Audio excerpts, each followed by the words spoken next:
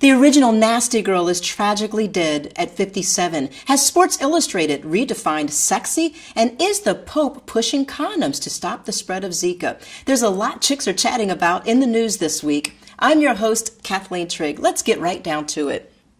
She was sexy, talented, and one of the most enviable beauties of the 80s. What girl didn't want to look like original Nasty Girl Vanity growing up? Well, sadly, the singer and actress was discovered. I'm sorry, now it's going super fast. I'm going to do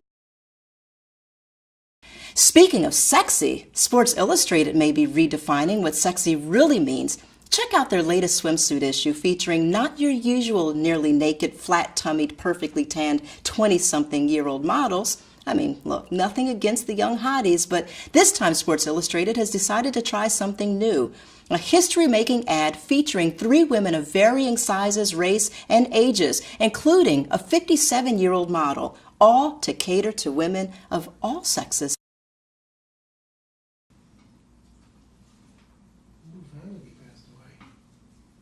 I never knew. We found it out last night when we was looking for the South. Oh, yeah, I tweeted about it earlier in the week.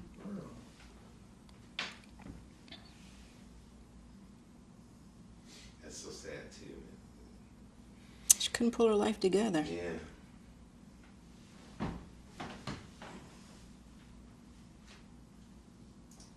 So doing all the coke mess up. About getting it. If you're a woman or, oops, what just happened? Darn it, it went to the top. Good energy there, though. Yeah. We'll just take it from the top. And started this. Somehow I accidentally hit the prompter and it went back to the very top. So, all right. Ready? You're rolling? Yeah. Okay.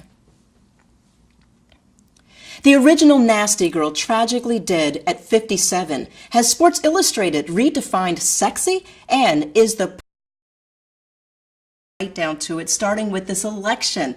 Is anyone else as surprised as I am that Hillary Clinton and Bernie Sanders are running neck and neck?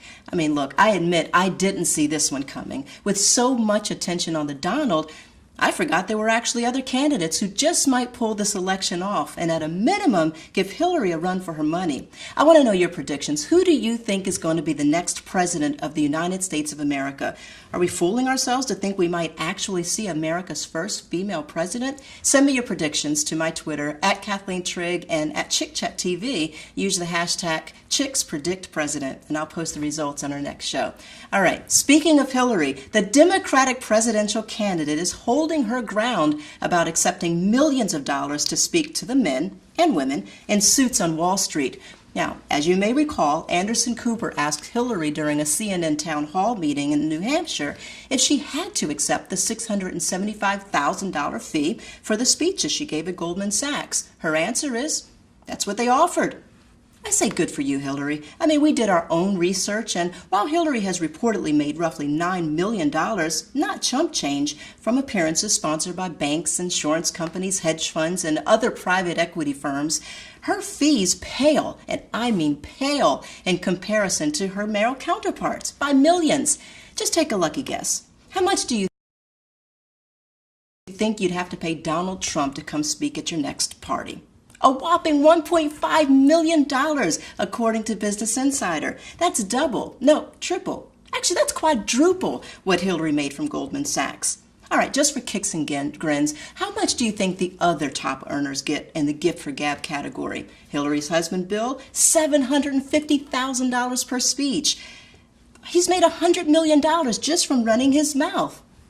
Not a bad gig. And you remember Rudy Giuliani, New York's last mayor. $270,000 the guy gets. $9 million in a single year. Even Chelsea Clinton, she's even getting $75,000 per speech. The moral of the story, when deciding what you want to do when you grow up, you just might want to give serious consideration to public speaking. Oh, and create a scandal. That's sure to get you some big bucks. All right, moving right along. I've got another opinion question for you. As you know, or maybe you didn't know, actually, I didn't even know, but now that military combat jobs are open to women, meaning women and men can now serve on the front lines together. Well, some of the top Army and Marine Corps generals believe all women should also be required by law to register for the draft. In case you didn't know, All men are required to register for the Selective Service by the age of 18. Now,